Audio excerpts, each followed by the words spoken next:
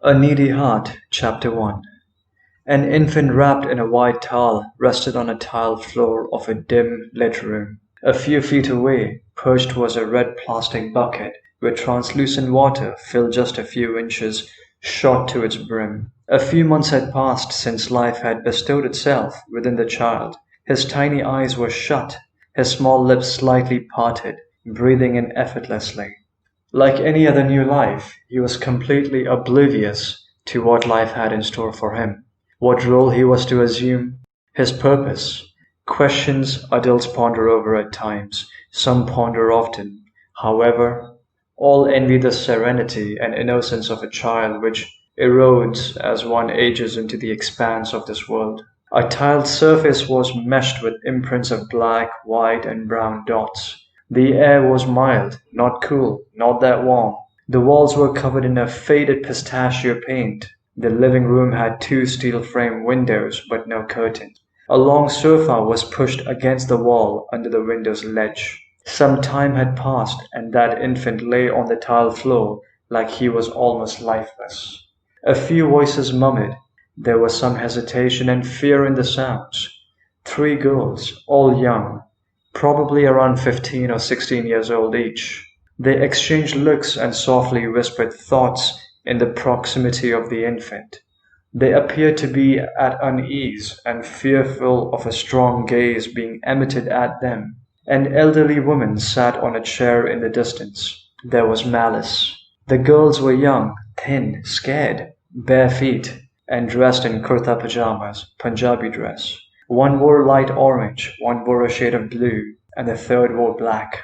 The old woman was of a stark contrast. She was old, fat, exuberated of fearlessness, and wore spectacles. Her white hair was tied to a bun at the rear, and she was wrapped in a long white sari. The old woman's eyes were big, black, and lifeless.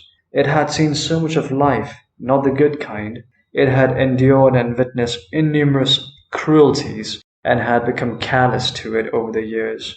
And that indifference influenced her many own cruelties on others.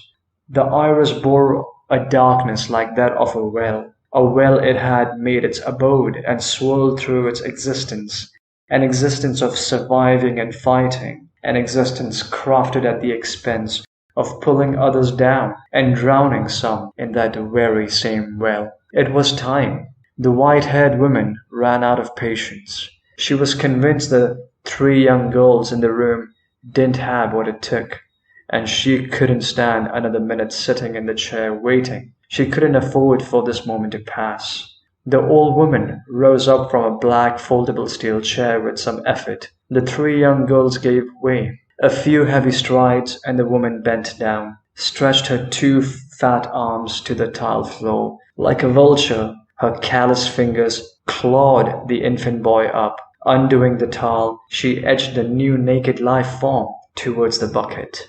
The three young girls bundled up like a fig in fear, peering at the sight. Even at their age, they were subjected unwillingly to acts and sights one shouldn't. However, what was happening now was new to them. The infant was slowly lowered into the bucket. His pale naked body touched the surface of the water, and now he lay there, perfectly fitting into the circumference and floating nonchalantly. The gravity within the water was benevolent to the featherweight above. The long vulture-like callous right index finger touched the infant's pale chest. With a little pressure applied, the tender limbs and torso slowly started to submerge. Ripples of water covered the body, and his small eyes finally unsealed from his siesta. His undeveloped mind was unable to comprehend, and his senses struggled. However, his natural instincts beckoned a cry after a long silence. The short cries were soon warped by the water entering into the infant's small mouth. His limbs kicked and tussled in the bucket. The water had dried up in the dark, stark eyes of the old woman as she pierced down with her right index finger. Unrelenting, she savored every second as the vigor started to slowly fade in the movement of the infant.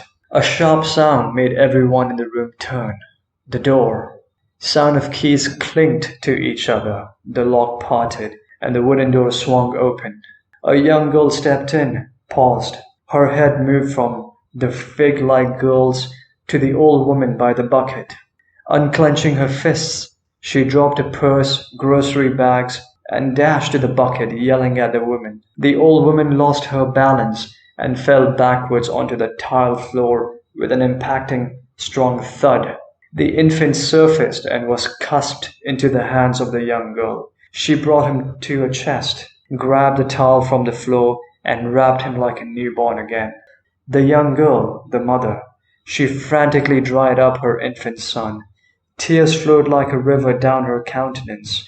Once she assured herself that her baby was dried up and neatly wrapped, the tears were replaced by a horror. Had she lost her child? She slid her right index finger into his tender, moist mouth and hurriedly, however gently, pressed her left palm up and down on his little torso in an attempt to revive the life back into him. The mother was only 15 years and some months old. All she had was this infant to call her own, and now he was slipping away from her. Her face was crumpled with fear, loss, love, and hope, which ebbed and flowed. She kept trying to pump the water out of her dear child. Her frantic sounds and heavy breathing was interrupted by a cry. The same cry she heard several months ago when she became a mother. She stopped. The infant's eyes slowly slit open. His little tender hands reached out for an embrace. His mouth cried for his mother in this hostile environment. The teenage mother held her child tight to her bosom, drowning him with her tears and kisses.